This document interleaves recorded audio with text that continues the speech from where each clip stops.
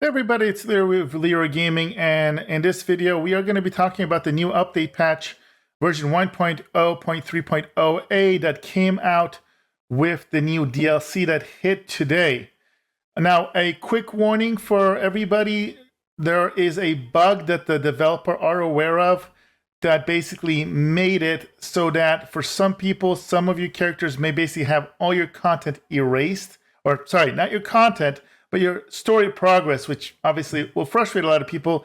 But don't worry, they said they're aware of it, and it looks like they have a fix either done or almost done, and they're going to be giving us more information on Friday about this. So don't freak out if that happens on your character, but it is a known bug. Now, in this big patch, we got everything from new changes to skills for all the classes, which is aka nerfs, where you're going to see some necessary buffs, lots of different additions. We're going to go into everything piece by piece, so stick around, get ready for lots and lots of information. Let's do it. All right, so the very first thing that they outlined here is kind of something we kind of knew, but they want to reiterate, and this is the format of their updates for Tiny Tina's Wonderlands. So they're going to be doing weekly patches as they have been, these little tiny patches, little tweaks and so forth, and then every single time they have a new big DLC, I say that kind of lightly, they're going to have these major updates, and it seems like they are going with and this is just me speaking, a monthly release schedules for these DLC parts of the season pass. So literally almost to the day, a month ago, we had our first big DLC, or then we had one today. But every single week, every Thursday, I've had the small patches. This is how it looks like it's going to be for the format. So first thing to point out. Now let's talk about the additions that have been made when it comes to the patch now that comes with Tiny Tina's Wonderlands Gluttons Gamble update. So they did, and I like this right here. This is kind of a nice update. Actually, I haven't had a chance to test it out yet, but added a special vending machine to the loot room at the end of Chaos Chambers. Each machine has a legendary of the week for sale that will change every Thursday at 9 a.m. Pacific time. So this is a guaranteed legendary, you know, in case you're having RNG bad luck, I guess. But the main benefit of this is that if you are farming the rabbits, one of the biggest problems, you'll end up just having not enough room. You can't even carry everything to disenchant and break down. Now you can break everything down, sell it, or rather sell it to the vending machine, which is the goal here, hopefully. And then you can just pack up on more stuff. So that's a nice change here. Now, mission reward gear is now more likely to show up than standard vending machines. So those of you that didn't know, if you were leveling up and you got any of those unique kind of blue gear from the quest rewards, some of them are really fun and cool, but maybe they were low level because you completed, you know, between level 1 and 27 or so. Well, now they can pop up in those vending machines more regularly. They have always been able to, but most people didn't notice it because they were pretty rare. Other couple things, throwable hole can now drop with enchantments and can be enchanted at the reroller. So there have been a couple items over since the game's release that were not being able to be enchanted or bugged. So there was a crossbow, X crossbow, I think, or an assault rifle, I believe, also that had this issue. So that's fixed. The mushroom healer has completed their mushroom trials and has been found worthy of a name, Mike, which is an okay name for a mushroom. That's interesting. Let's keep going on. So there are some crashes that are still that are common. You can kind of zoom out. I have this on screen if you care about that. I'm not going to waste my time kind of reading over the little crashes. So here are some concerns that we want to take a look at. So Storm Surge would not drop from the world loot table. It was dedicated drop only before this change. So if you have been trying to find Storm Surge, especially when farming the bunnies, you are good to go now. Now, most of these changes here, they're kind of small, not the biggest deal. So if you're really interested, again, I have it popping up on the screen. You can take a look at it, pause this video, and read it over. There are a couple of small ones. I like the fact that added an enemy scaler for Chaos Chamber to increase the number of enemies that appear in co-op. This is big. I mean, going solo, the density for monsters was already a bit of a problem. But in co-op, you would just destroy everything and sometimes still struggle to find enemies. So this helps for speed running especially. So more players, more things to kill. So you can kind of get through the levels even quicker. So that's really, really The only other big change when it comes to the reported concerns here. So let's go ahead and move on to the next section. Class adjustments. So we're going to start with the main ones here, and then we're going to go over all the specifics class by class. So here are the reported concerns that have been addressed. For Berserker, would not stay enraged when multi-classed into Graveborn and using the Repro Bones action skill. So I don't know if Berserker plus Grave Warden is a very popular combo, but and especially those using Repro Bones, but that's really important to note. Spore Warden, a mushroom pet, would not clean up after itself after using its mushroom spore attack for all players. Interesting. I don't even know what that's relating to. So Clawbringer, its Storm Smite would not properly switch between fire and shock damage. The splats on Storm Smite have been corrected to also match the expected visuals and damage types. So that's good, but what about, this needs a mega buff still for it to be really functional. It's fun for cleaning trash on my Clawbringer build that I updated for CL35. Unfortunately, some of the mods and stuff were nerfed on it. Some of these changes in this patch will hopefully help out, but we shall see. Graveborn's Faithful Thrall skill bonuses could occasionally stack indefinitely. So this has been something that's been going on since the beginning. It's very situational, but now it's fixed. So yeah, this is mainly, it's not really going to impact Pixie builds that much, but if you were going for a Thrall build where you're stacking up a bunch of the Hydras, for example, this could nerf that damage since they're not as powerful as the Pixies, which I think translated is going to lead people to go to Pixies even more. Now, Stablemancer nerf. This is very important. Stablemancer builds have been all the rage lately. The follow-up stacks would trigger unintentionally with the chain lightning effect on the Dalia's SM Livewire. So the Livewire, for those who don't know, it just seems to have some crazy interactions with melee attacks across the board. And the follow-up thing here was not working or was unintentionally proccing. So we'll see how much this impacts some of the popular kind of melee Stablemancer builds that abuse Livewire. I haven't tested it to see how much of a hit this takes, but I'm assuming it's probably going to be significant. Enchantments for Spore Warden. Adjusted the Spore Warden enchantment from receiving a chance for an explosion on gun and ability damage to have the chance only with gun damage. Found a bonus as unintended damage scaling when combined with other abilities. So this is weird wording, but I do remember some people found some broken mechanics on this where you could get some crazy scaling damage. So again, I haven't been able to test this, but it sounds like another one of the few good interactions for Spore Warden are gone. And don't worry, here's a little spoiler alert. The one thing that made Spore Warden really kind of cool got crazy nerfed. So sorry for you Spore Warden mains. It's getting worse. All right, let's talk about each specific class now. Starting with the Berserker. Blast Chill and Blast Gasp for Graveborn could overlap and scale damage out of the anticipated range in endgame when combined with other damage scaling. The changes below here are focused on making melee attacks a bit more powerful during the mid-game and in Chaos Chambers. So Blast Chill has been adjusted to award a chance to release a Nova on melee attacks instead of on all melee damage sources. Oh, that's bad. So melee attacks meaning melee strikes, as opposed to, so when you with the Whirlwind effect with Berserker, you could proc this 1 billion times potentially. So GG, looks like the spin to win Berserker Graveborn build is dead. Savagery has been increased to doing 6% per point of melee damage. Okay. Tiny. I think it was 5 before. Not going to make a difference. Damage received from attacks from close to enemies when using old ways reduced to 40% instead of 30%. Oh wait, has been reduced to 40%? I thought it was only 30. I don't know if the wording's off or I'm missing some here. Iron Squall melee attack speed has been increased to 4% per point in the skill. All right. Next, let's talk about Spore Warden. Wrath of Nature, this is the big one, has been adjusted. So they're not saying nerfed because they don't want to trigger us, but just anytime I say adjusted, no, it's nerfed.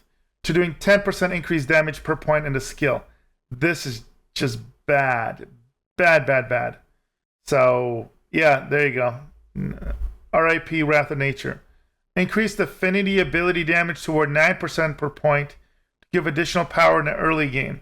So this is important because, again, I think it capped at 35%. So this is going to up it to, what, 9 times 5, 45%? Okay, to 10%. I don't know how much it's going to help, but increase bullseye critical hit chance to 12% per point.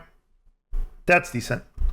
Now, Clawbringer again, our poor little red-headed stepchild that is just so bad. Still, unfortunately. Let's see. Change cleaning flame action skill to do fire melee damage instead of just melee damage. Has anybody ever in the history of this game played with this skill? I mean, the hammer toss at least is kind of cool. I think I tested it out when I played a game the first time, like for the first 5 minutes, and I haven't played with it since. Increase OS critical hit chance to 13% per point, and it's crit damage by 7% point. That's decent. Again, I think if they want to make Clawbringer at all comparable in any way, sense, or be useful, they should take this back to how it was before they fixed it. So meaning a base increase, crit chance and damage. Because for those of you that don't know, let's say if you have a 5% base chance, and let's say if you increase it by 50% the way normal scaling works, you don't get 55%. You get 5% times 1.5, so you're at 7.5%. This all was originally bugged, so where if it said that it increased your crit chance by 20% and your base chance was 5%, it would be additive and it would actually get 25% crit chance. That was really good. It made Clawbringer decent and useful, but then they changed it back and it's been unfortunately not so great ever since. So I'm saying if they want to make the Clawbringer at all competitive, at all, even close, they should bring that back. Increase dedicated action skill cooldown rate with max word to 6%. Again, what is frustrating about this is it scales depending on your shielding. So you only get the full amount when you're fully shielded, which isn't guaranteed. So yes, this will now, instead of capping it, I think at 20%, 25%, it'll be 30%. But if it's, again, going to cap at that, it should be maybe go up to 40%, since on average, you're only going to get maybe half of that to 3/4 of that anyway. So I don't know. Not a huge fan. Increase Dragon Aura elemental damage to 5% per point. Again, I thought they did this before already in last week's patch. Maybe I'm wrong. So now it's going to be 25% instead of 20% total at 5 ranks. Increase rebuke damage reduction to 4% per point. So more survivability, that's good. Increase Oath of Thunder bonus melee damage to 6%. So again, instead of 25%, it's now 30%. These are kind of like nickel a dime bandage fixes to try and increase the damage, but it's still not good enough. They need a major buff, especially if you want to do like melee builds, which I've been trying to do, like a hammer build. Increase fire bolt gun damage to 10% per point. So this is actually decent. So this is now going to be 50% increase instead of, I think it was 25% before. And increase storm breath damage reduction to 15% per point. Okay. So again, helping with the damage reduction, you're going to be more tanky, which you're going to need because it's going to take you forever to kill stuff anyway. All right, now let's talk about Graveborn. Adjusted blast gas ability damage to 7% per point to compensate for additional bug fixes to the skill. So maybe this is slightly better. It's been a while since I looked at the actual ability. Let's see, blast gasp. I'm actually on the character. Let's take a quick look at that. So it looks at 5 out of 5 is 20% chance. So 35% of spell damage. So I think it capped at 20 or 25% before. I believe so. So I think this is actually a buff. So that's kind of good. And then let's see here. Increased harvest bonus dark damage to 5% per point. This brings the bonus magic damage to 30% total at max stacks. So that is good. Again, they're trying to compensate for the nerfs. And increase Stain of the Soul to deal 5% bonus dark magic damage per point. So my Pixie build, for those of you that haven't played it, I do have the save file now on the Discord. That elements are good because my Pixie build is a dark damage build. So that's going to help that build in particular in some ways. Now let's take a look at the Stablemancer.